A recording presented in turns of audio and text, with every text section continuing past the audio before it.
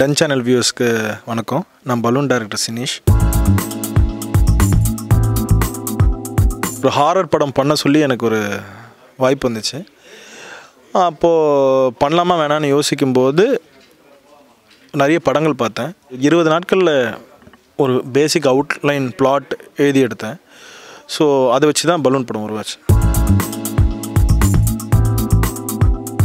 நான் கதை எழுதினப்புறம் ஜெய் சார்கிட்ட அப்ரோச் பண்ணி தான் அது படமாச்சு. இல்லை, எனக்கு 2 நாளில் எனக்கு அப்பாயின்மெண்ட் கொடுத்தாரு.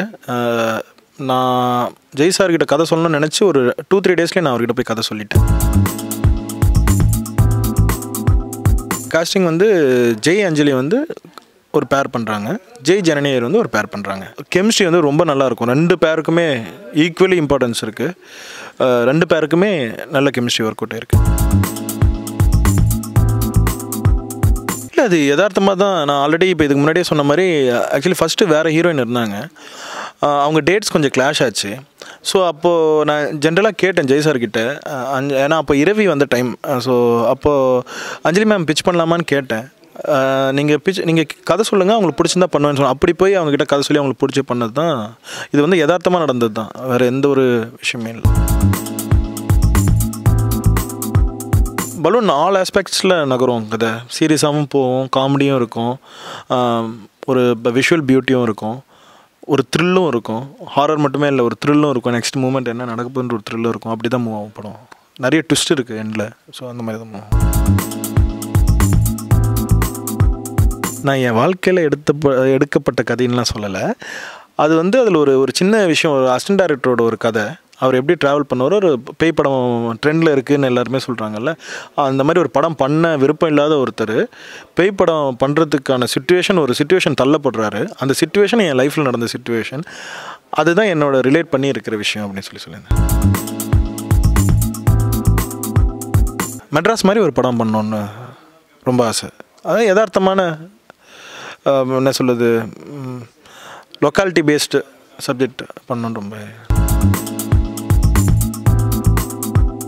1989, 1990 அந்த பீரியடில் ட்ராவல் ஆகுது. யுவன் சங்கர் ராஜா சார் வர்றதுக்கு காரணம் ஜெய் சார் தான். நான் வேறு ஆப்ஷன்ஸ் வச்சுருந்தேன். ஏன்னா யுவன் சார்கிட்ட நான் ஃபஸ்ட்டு யுவன் சார் வேண்டாம் அப்படின்னு சொல்லியிருந்தேன். ஏன்னா எனக்கு ஒரு லெஜண்ட்ஸ் கிட்டலாம் ஒர்க் பண்ண பயம். நான் கொஞ்சம் இப்போ தான் நர்வஸாக இருக்கேன், மற்றபடி அலப்பறை தான் நான். ஸோ அப்படி போய் பேசும்போது யுவன் சார்கிட்ட எப்படி ஒர்க் பண்ணுறது, அவர்கிட்ட போய் நம்ம எப்படி ஒரு மியூசிக் வாங்குறது அப்படின்னு ஒன்று இருந்துச்சு. ப்ரொடியூசர்ஸும் சொன்னாங்க. லாஸ்ட்டில் யுவன் சங்கர் ராஜா டீமில் வந்தார். ஆனால் இன்னிலேருந்து அதான் நான் நிறைய இன்டர்வியூஸில் சொன்னேன். அவர் மட்டும்தான் நான் சொல்கிறத கேட்குறாரு. அந்த லெஜண்ட், இந்த மேன்மக்களேன்ற மாதிரி ரொம்ப கம்ஃபர்டபுள் ஜோனில். அருண் ராஜா எல்லாருக்குமே லிரிக்ஸ் எழுதிட்டான். இது வரைக்கும் பார்த்திங்கன்னா ஏஆர் ரஹ்மான் சார் கூட ஆல்மோஸ்ட் அது தெரியல எனக்கு, அது இன்னும் ரிவீல் ஆகலை. மற்றபடி எல்லா மியூசிக் டைரக்டர்ஸ்க்கும் எழுதிட்டான். ஸோ ஃபஸ்ட் டைம் யுவன் சாருக்கு எழுதுகிறான். ஸோ அதுலேயும் ரொமான்டிக் நம்பர், அதாவது மெலடி ரொமான்டிக்லாம் அவன் இது வரைக்கும் எழுதுனதே இல்லை. அதுவும் எழுதியிருக்கான். நாங்கள் ட்ரை பண்ணலாம் தான் நினச்சோம். அவன் நினச்சதை விட ரொம்ப நல்லா எழுதியிருந்தான். ரொம்ப ரொம்ப என்ன சொல்கிறது, அவனுக்கும் புதுசாக இருந்தது, எங்களுக்கும் புதுசாக இருந்தது. யுவன் சார் ரொம்ப அப்ரிஷியேட் பண்ணார் அந்த விஷயத்தில். இந்த படத்தில் தான் சொல்கிறேன்னு, எனக்கு படத்தில் ரொம்ப பிடிச்சது சாங்ஸ் தான். அந்தளவுக்கு அவர் அதான் சொல்கிறேன், நம்ம கேட்குறது அவர் கொடுக்குறாரு. அது நிறைய பேருக்கு அமையாது, அது எனக்கு அமைஞ்சிருக்கு.